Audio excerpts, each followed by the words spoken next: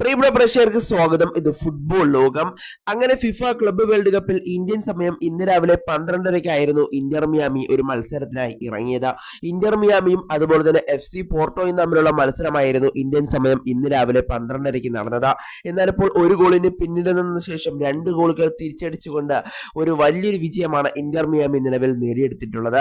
കൂടാതെ സൂപ്പർ താരമായ Lionel Messi ഇന്നത്തെ മത്സരത്തിൽ ഇന്റർ മിയാമിക്കായി വിജയ ഗോൾ നേടുകയും അതും ഫ്രീ കിക്ക് ഗോൾ അദ്ദേഹം നേടിയെടുക്കുകയും ചെയ്തു എന്നതാണ് ആരാധകരെ സംബന്ധിച്ച് സന്തോഷം നൽകുന്ന ഒരു കാര്യം.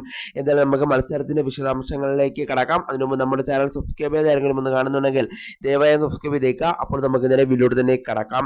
എന്നാൽ ഫിഫ ക്ലബ്ബ് വേൾഡ് കപ്പിൽ ഇന്ന് രാവിലെ ഇന്ത്യൻ സമയം 12:30-ക്ക് നടന്ന മത്സരത്തിൽ ഇന്റർ മിയാമി ഇപ്പോൾ വിജയിച്ച് കയറിയിരിക്കുകയാണ്.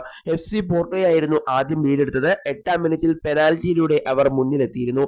എന്നാൽ പിന്നീട് 47-ാം മിനിറ്റിൽ ഇന്റർ മിയാമി തിരിച്ചടിച്ചു. അതുപോലെ തന്നെ 54-ാം മിനിറ്റിലാണ് മെസ്സിയുടെ ഫ്രീ കിക്ക് ഗോൾ വന്നത്. അങ്ങനെ 1-2 ഗോളുകൾക്കാണ് ഇപ്പോൾ ഇന്റർ മിയാമി FC പോർട്ടോയെ പരാജയപ്പെടുത്തിയിട്ടുള്ളത്. കൂടാതെ ഫിഫ ക്ലബ്ബ് വേൾഡ് കപ്പിന്റെ പോയിന്റ് ടേബിളിൽ ഇപ്പോൾ ഗ്രൂപ്പ് എയിൽ 2ാമത് എത്താനും ഇന്റർ മിയാമിക്ക് നിലവിൽ സാധിച്ചിട്ടുണ്ട് എന്നതാണ് എടുത്തു പറയേണ്ട മറ്റൊരു കാര്യം. എന്നാലും ഇന്റർ മിയാമി ഇപ്പോൾ അൺബീറ്റനായി പോവുകയാണ്. ആകെ 2 മത്സരങ്ങൾ ഇത്തവണത്തെ ഫിഫ ക്ലബ്ബ് വേൾഡ് കപ്പിൽ കളിച്ചു. അതിൽ ആദ്യ മത്സരം അൽ അഹ്ലിയുമായിട്ട് സമനിലയായിരുന്നു. എന്നാൽ 2ാം മത്സരം ഇപ്പോൾ വിജയിക്കാൻ ഇന്റർ മിയാമിക്ക് സാധിച്ചിട്ടുണ്ട്.